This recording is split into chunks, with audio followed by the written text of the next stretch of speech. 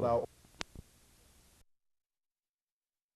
topic is higher education at the 21st century, and we're fortunate to have with us Dr. E. Kelly Sanford, Dr.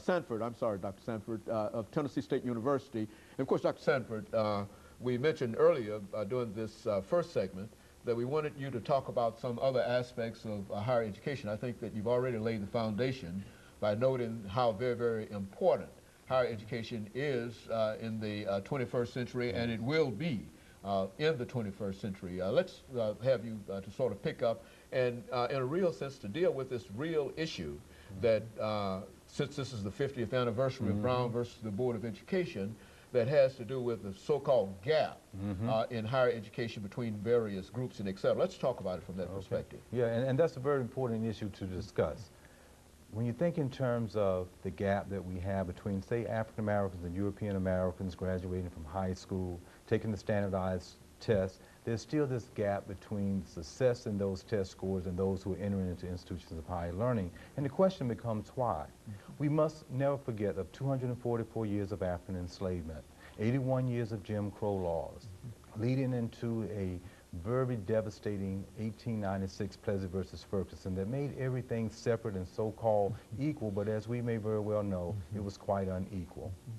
And as a result of that, that legacy of those hundreds of years of being enslaved, not allowing human beings to have the opportunity to have equal access to education. We're talking about the fundamentals, the alphabets of learning, of just reading.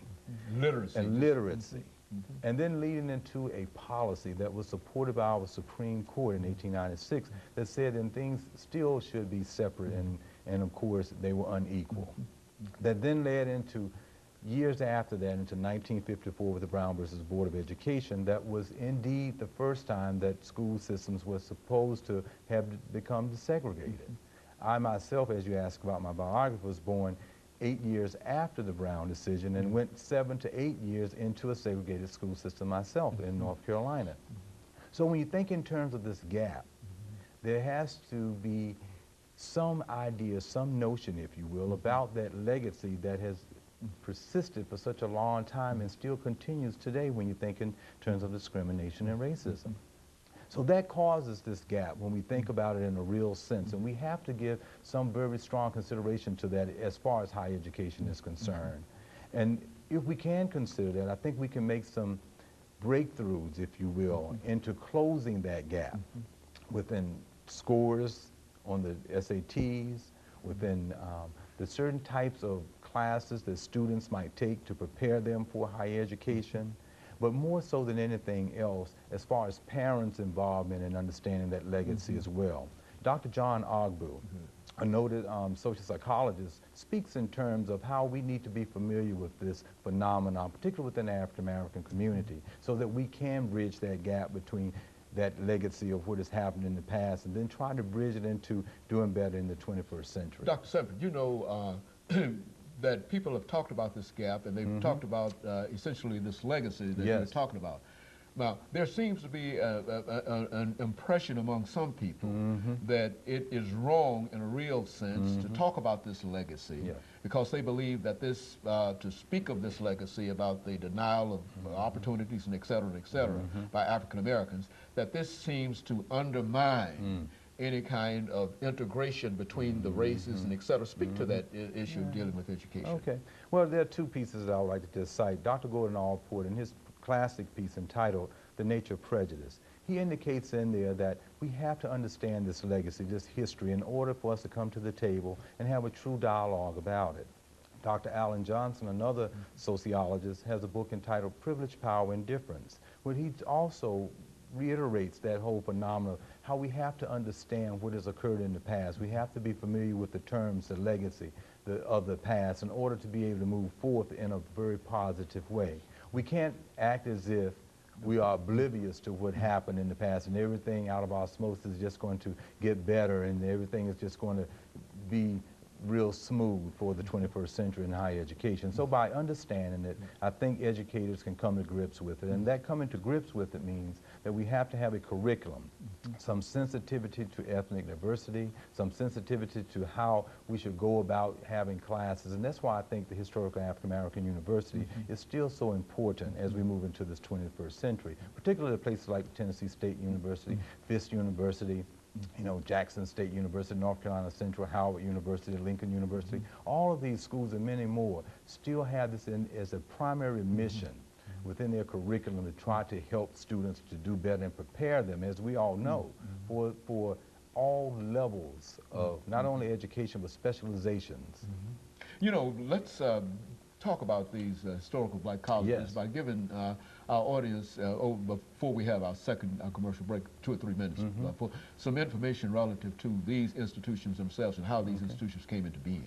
Okay, these are very important institutions, and as I gave you that legacy of enslavement, coming out of that, when there were no schools, no institutions of higher education that were quote-unquote European American, would allow people of African descent to attend them.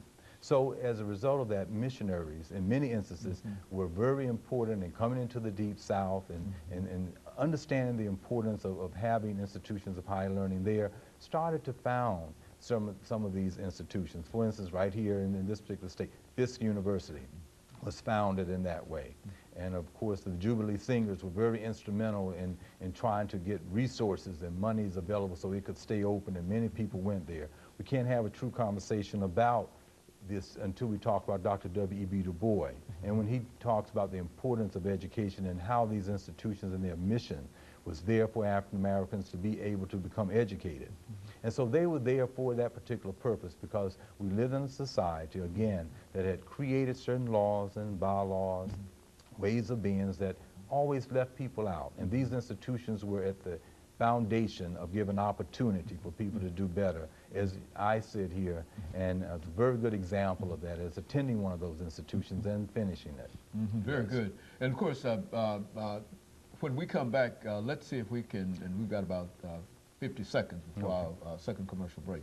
Let's see if we can pull all of this together by at least getting some kind of direction in terms of where we as a society ought to go in the 21st century dealing with higher education. Certainly, I think that if we've already contended that higher education is as important in the 21st century, perhaps as a secondary education might have been earlier, you see. There has to be a problem in terms of access, you see, and so I know that you've got quite a bit of information in reference to access, and so when we come back, we want you to talk about how do we make higher education available to a larger group of individuals in the 21st century. And of course, we'll be back with our audience following this very, very short commercial break.